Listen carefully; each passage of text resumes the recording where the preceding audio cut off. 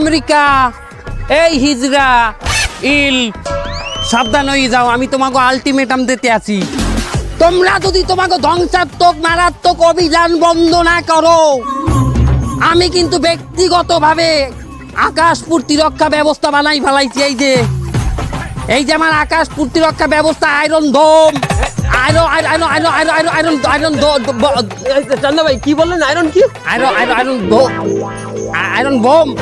Iron bomb? Iron dome bomb মানে বুঝলাম না আসলে কি এটা। এই যে তুমি ধরে নাও, এটা আকাশ প্রতিরক্ষা ব্যবস্থা।